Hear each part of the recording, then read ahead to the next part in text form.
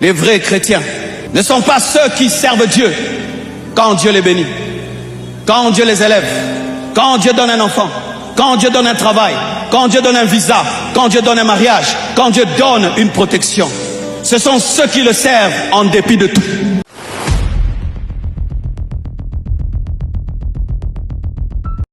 J'ai vu des leaders s'égarer dans l'œuvre de Dieu parce que leurs fils spirituels sont devenus tolérants.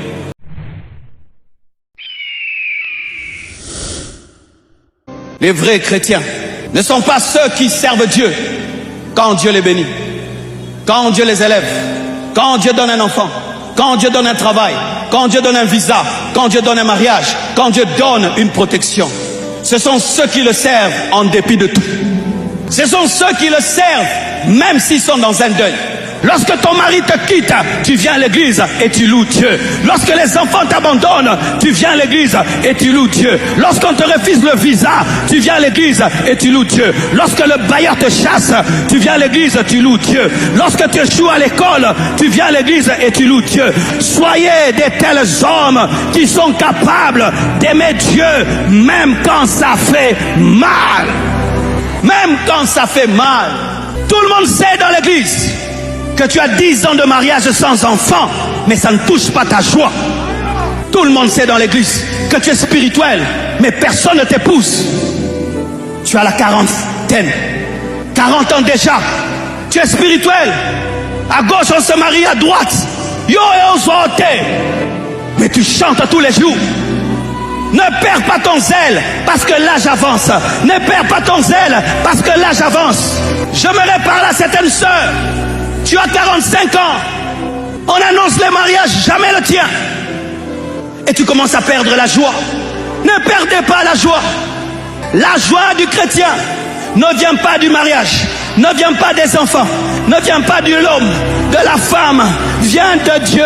Si Dieu est là, cela me suffit. Si Dieu est là, cela me suffit. Si Dieu est là, cela me suffit. Lorsque vous êtes des mangeurs de pain et de poisson, le jour où Jésus va donner le sang et la chair, vous allez fuir. Lorsque vous êtes des mangeurs de pain et de poisson, le jour où la persécution viendra, vous allez fuir. Ou tu es chassé du travail parce que tu as dit non au patron. Tu décides de te sanctifier, on te chasse du travail. Viens adorer Dieu. Ne dis pas Dieu, c'est ça la récompense. Oui, c'est ça la récompense. Va le célébrer en prison, va le louer en prison. Tu es pauvre, tu es venu à pied, tu vas rentrer à pied. Tu n'as même pas l'argent pour manger après le jeûne. Que cela ne te vole pas ta joie. Nous, on a connu ça. Moi, je priais, je jeûne, je n'ai pas l'argent pour manger. Je faisais des croisades, frère. Je n'ai pas la nourriture après la croisade. Je n'ai même pas le pantalon pour prêcher. Le culte prend fin, tout le monde rentre à la maison. Moi, le pasteur, je suis devant l'arrêt, en train d'attendre un taxi et m'asseoir à deux devant.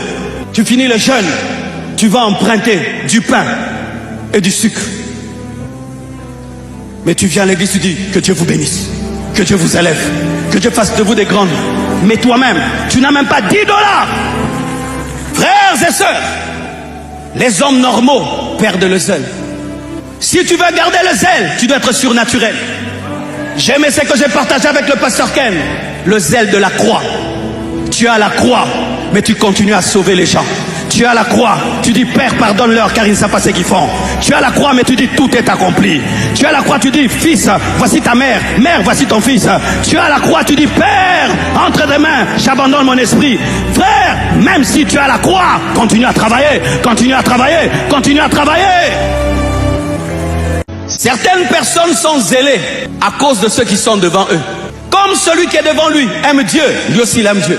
Celui qui est devant lui prie, lui aussi il prie. Celui qui est devant lui évangélise, lui aussi il évangélise. Mais les jours où celui qui est devant lui va dévier, lui aussi dévie. Ce sont des frères et sœurs qui s'égarent avec leur leader. Ce sont des frères et sœurs qui s'égarent avec leur responsable. Le responsable devient rebelle, lui aussi devient rebelle. Le responsable devient impudique, lui aussi devient impudique. Le responsable ne vient plus à l'église, lui aussi ne vient plus à l'église. Quel est l'état de celui qui te dirige? Quel est l'état de tes modèles? Aujourd'hui, vous avez des modèles partout, sur YouTube. Et vous copiez tout le monde. Et vous copiez ce qu'on ne copie pas. Faites attention à celui que vous regardez. Faites attention à celui qui est devant vous. C'est pourquoi, mon frère, je peux apprécier ce que tu fais, mais faire de toi mon modèle, ah, là c'est difficile. Parce que si je fais de toi ton modèle, je risque de faire de toi mon modèle, je risque de copier même tes défauts. Il était démontré dans l'athlétisme que si celui qui est devant de toi court à 200 à l'heure, toi aussi tu feras même 190. Mais s'il va lentement, tu vas rouler lentement pensant que tu le roules vite. Choisissez bien ceux qui sont devant vous. Lorsque tu entres dans un département, j'aime un jour, une de mes filles m'a dit, pasteur, je veux quitter ce département. Pourquoi? Je ne grandis plus. Je suis venu dans ce département grandir, mais je ne grandis pas, je veux quitter. Je t'acclame, que Dieu te bénisse.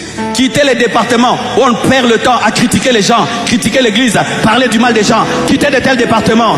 Ne côtoyez pas même les gens qui ont fait des années dans l'église, qui ne grandissent jamais et qui perdent leur temps seulement à critiquer, à parler du mal. Ne les côtoyez pas, ne les côtoyez pas, ne les côtoyez pas. Lorsque quelqu'un fait beaucoup d'années dans l'église et dans le Seigneur, mais il ne grandit pas, il devient un danger pour les bébés spirituels. Le bébé spirituel va beaucoup donner, tu donnes trop. Il va beaucoup jeûner, tu jeûnes trop. Nous, on a commencé ces choses avant. Fais attention, Ananias. Lorsque Ananias est devant toi, laisse-le mourir tout seul. Dieu va te donner un autre mari. Laisse Ananias mourir tout seul. Saphira, ne meurs pas avec Ananias. C'est ce que Abigail a fait. Son mari, le leader, Nabal, n'aimait pas Dieu, n'avait pas le zèle pour Dieu. Abigail n'a pas suivi son mari. C'était un mauvais leader.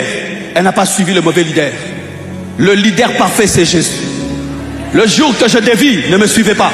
Le jour que je dévie, ne me suivez pas. Le jour où je prêche une parole qui n'est pas la parole, ne l'écoutez pas. Le jour que j'écris un livre qui n'est pas biblique, ne l'achetez pas, ne le lisez pas. Le jour que j'amène des doctrines des démons, ne dites pas amen. J'ai vu des leaders s'égarer dans l'œuvre de Dieu parce que leurs fils spirituels sont devenus tolérants. Il essaye de faire quelque chose, les fils spirituels ne disent rien. Il avance.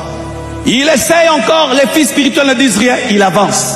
Et tu perds ton zèle parce que les fils spirituels sont devenus tolérants. Le standard du zèle n'est pas le fils spirituel, c'est Dieu. C'est Dieu. Lorsque vous tolérerez l'impudicité, je ne tolérerai pas l'impudicité en moi. Lorsque vous tolérerez le culte de l'homme, je n'accepterai pas d'être adoré à l'église. Lorsque vous tolérerez la fausse doctrine, moi-même je ne tolérerai pas. Mon standard, ce n'est pas vous, mon standard c'est Dieu. Donne-moi la main que je te parle. Arrêtez ces choses de dire, les gens ont compris. Les gens peuvent te comprendre parce qu'ils ont perdu le standard. Les gens peuvent tolérer le mal en toi parce que le mal est entré en eux. Si tu veux connaître la volonté, cherche à connaître Dieu, mais pas ce que les hommes tolèrent. Donne-moi la main. Quand les gens deviennent des aventuriers, ils tolèrent l'aventure chez les autres. Quand les gens deviennent des pécheurs, ils tolèrent le péché chez les autres. Plus le temps va passer, les gens seront des pécheurs et ils vont tolérer les bêtises chez les leaders, afin que les leaders tolèrent les bêtises chez eux. Donnant, donnant. Le groupe que tu avais autour de toi, qui était exigeant avec toi, a commencé à tolérer des choses. Toi aussi tu as commencé à tolérer. Pourquoi? Tu as fait de tes fils spirituels des dieux. Je peux dévier dans le message et vous dites amen. C'est comme vous voyez des pasteurs qui commencent à prêcher des fausses doctrines. L'église crie et lui pense qu'il est dans la volonté de Dieu parce que l'église dit amen. L'église peut dire amen parce que l'église s'est égarée. Le baromètre n'est pas vos amens. Le baromètre, c'est l'amen du Saint-Esprit. Car au temps de la fin, la saine doctrine va disparaître. Et si le baromètre devient le peuple, nous serons égarés. Oh, donne-moi l'amen. Donne-moi l'amen. Le peuple de Dieu peut tolérer quelque chose chez toi, mais Dieu n'a pas toléré. Le peuple de Dieu peut comprendre ce que tu as fait, mais Dieu n'a pas compris. Le peuple de Dieu peut tolérer que tu perdes ton zèle, mais Dieu n'a pas perdu. Ne faites pas de vos fils et des gens que vous côtoyez le baromètre de votre zèle. C'est le Saint-Esprit qui est le baromètre. Si certains hommes de Dieu sont impudiques, tu n'as pas le droit d'être impudique. Dieu ne tolère pas l'impudicité parce qu'il y a des pasteurs impudiques et des leaders impudiques. Si eux qui montent devant là-bas tombent, donc nous aussi on peut tomber. Non! Jésus a vaincu le péché. Jésus a vaincu le péché. Jésus a vaincu le péché. Jésus a vaincu le péché. C'est lui le modèle. Vous commencez à voir des chrétiens mondains, charnels, dans leur coiffure, dans leur habillement, dans leur accoutrement. Pourquoi? Il y a maintenant des leaders qui s'habillent ainsi, qui font ainsi, déchirés, déchirés, déchirés, déchirés, déchirés. Eux aussi sont déchirés, déchirés. Pourquoi? C'est la nouvelle génération. Il faut être déchiré pour les gagner. Ah bon? Il faut devenir fou pour gagner les fous, quoi.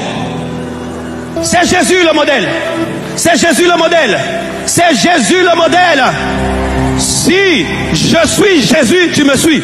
Mais si j'arrête de suivre Jésus, ne me suis pas. Vous cherchez à plaire aux hommes, à plaire à vos responsables, à plaire aux fidèles, à plaire aux followers, à plaire aux hommes. Mais Dieu, ça si je dis, ça n'aura pas beaucoup de vues, j'enlève.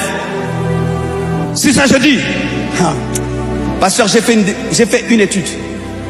Prêche sur l'évangélisation, mais sur YouTube, peu de vues. Parle du diable et des démons, explosion. Satan est plus célèbre dans l'église que les âmes. Thème: comment gagner une âme? 10 000 vues. Comment détruire les autels de ta famille et les brûler éternellement par le pouvoir du sang de Jésus. 100 000 vues. Et quand le regard de l'homme commence à nous diriger, nous allons dire des choses superficielles que des choses profondes. Quelles sont les choses qui sont les plus suivies aujourd'hui? Les blagues, n'est-ce pas? Faire rire, 4 millions de vues. Quelles sont les parties de ma prédication que vous coupez? J'ai vu sur TikTok, là où je suis profond, vous n'avez pas coupé. Là où j'ai dit, vous êtes contre Philadelphie parce qu'elle est président. Waouh! C'est ça l'homme aujourd'hui. Et cet homme-là, qui n'aime pas les choses profondes, tu le laisses diriger ta vie, tu seras superficiel. Si vous voulez être profond, oubliez les hommes. Faites tout pour Dieu. Si ça plaît aux hommes, gloire à Dieu. Si ça ne plaît pas aux hommes, gloire à Dieu. Mais si vous cherchez la popularité et l'unanimité, vous quitterez le chemin de Dieu. Il y a des niveaux de souffrance. Tu perds la prière. Tu perds la prière. J'ai connu des temps, frères. Je me tiens devant Dieu, j'ai rien à dire. Je suis pasteur, j'ai rien à dire. Otali nzambe nzambe atali obotala nika. Nzambo mamu. Mais même si il te fait mal, tu fais comme le bébé qui vient toujours dans les bras de maman, même si maman a tapé. Qui a un bébé? Les enfants, même si tu le tapes, il vient pleurer seulement dans tes mains. Même si tu pleures, pleure dans les mains de papa. Même si tu cries, crie dans les mains de papa. Papa sait toutes choses. Papa connaît toutes choses. Ne perds pas le zèle parce que ton mari est mort. Ne perds pas le zèle parce que ta femme est morte. Ne perds pas le zèle parce que tes parents sont morts. Ne perds pas le zèle parce que ton mari est parti, ta femme est partie. Ne perds pas le zèle pour ça. Si tu perds le zèle parce que tu as perdu quelque chose, cette chose est devenue ton idole. Job, si réellement il a existé, respect. Si Job n'est pas qu'une histoire et que cet homme a vraiment existé,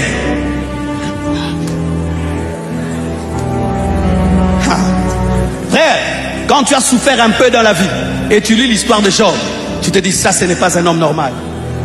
Tu perds tous tes enfants le même jour. Tous tes enfants, nous parlons, hein. Tous tes enfants le même jour.